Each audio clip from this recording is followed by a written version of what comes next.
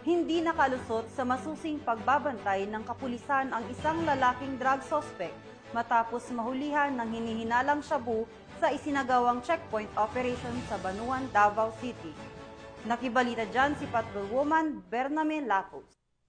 Estado ang isang lalaki matapos mahulihan ng hinihinalang shabu sa isinagawang checkpoint sa Barangay Lasang, Bunawan District, Davao City nitong Hulyo 10 taong kasalukuyan bandang alas 9 ng umaga. Kinilala ni Police Major Janos Macliing, Acting Station Commander ng Bunawan Police Station, ang suspect na si alias Yusuf, 29 anyos, isang karpentero na residente sa Puro 14, Dilox, Tibungco, Davao City. Ayon pa kay Police Major Macliing, habang isinasagawa ang checkpoint ng mga tauhan ng Bunawan Police Station, nakuha mula sa suspect ang isang sachet na pinaghihinalaang shabu na nagkakahalaga ng 14,416 pesos.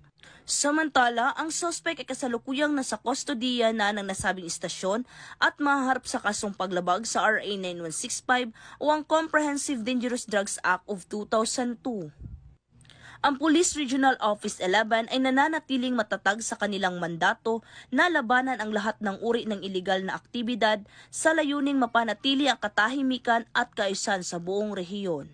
Mula dito sa Rehiyon 11, ako ang inyong PNN correspondent, Patrolwoman Bernamen Lapos, alagad ng batas, tagataguyod ng Balitang Pulis.